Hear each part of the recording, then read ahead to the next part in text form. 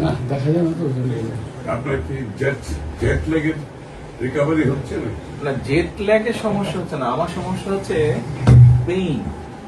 ওই যে দাঁড়াই দাঁড়ায় দাঁড়ায় মানে এই কয়েকদিনে মিলিয়ে গতকালকেও তো জিপের থেকে বাসে একটু ইজি হয়, দাঁড়িয়ে জিপিতে বসে মানে 3 দিনে 8 আওয়ার্স আমি হাত করেছি।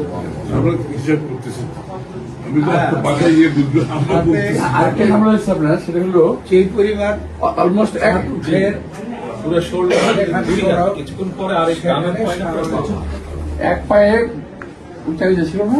এক পায়ে উঁচা নিচা, তাতে হয়েছে কি আবার হ্যাঁ, হাঁটুতে দেখলাম ব্যথা। এটা আমি ফিল করছি বলিনি যে এই এক পায়ে তো মানে হাঁটুতে ব্যথা, হাঁটুতে পরে ব্যথা করছে।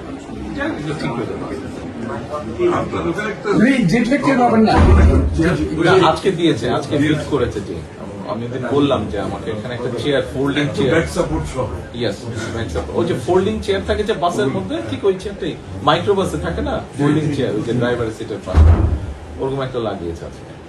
আপনার মানে পুরো বডি শেপের সাথে টাচ করে যাতে প্রেসার না হয়। জি, ওরকম লাগিয়েছে আজকে একটা।